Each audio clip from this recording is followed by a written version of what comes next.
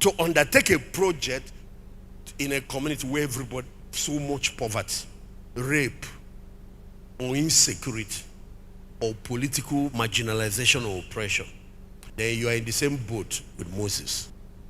He said, when you get to Egypt, this is the first thing you're going to tell them.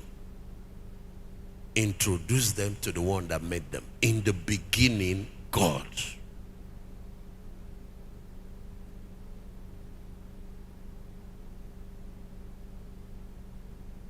Let them start with God discovery. So sometimes we build institutions. It might be a school, because it's an academic institution. Some Christian proprietors keep away God. They want to teach the youths, the students, level 3.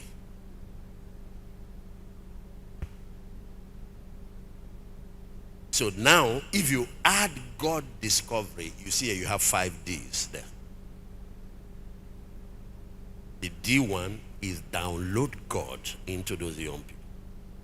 D2 is help them discover themselves. D3 is help them develop their capacity. That's where education comes. So education is a number. Just make classroom teaching is number. But education must start from number 1 and go all the way. D4, help them deploy all those skills they have learned and knowledge and potential into productivity. Then they will emerge in dominion. They will become head and not the tail. They will become leaders.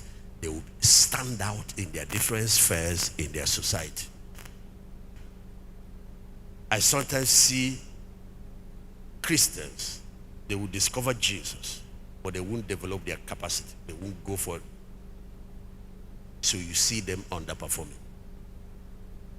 I sometimes see people getting all the education and the best training, but they remove God. They become intelligent demons.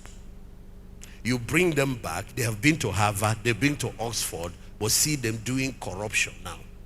See them pursuing the massacre of human life, sponsoring terrorism, and you are wondering, this guy went abroad for education. What happened? He developed his head and ignored his heart.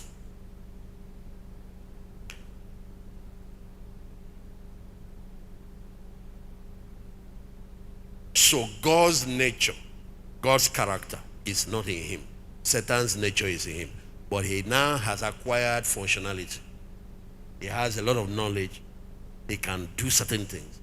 So he will take what is meant to be good and turn into evil and be destroying life.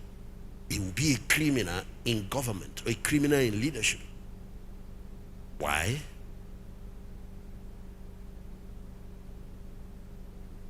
The character of love and compassion, the character of justice,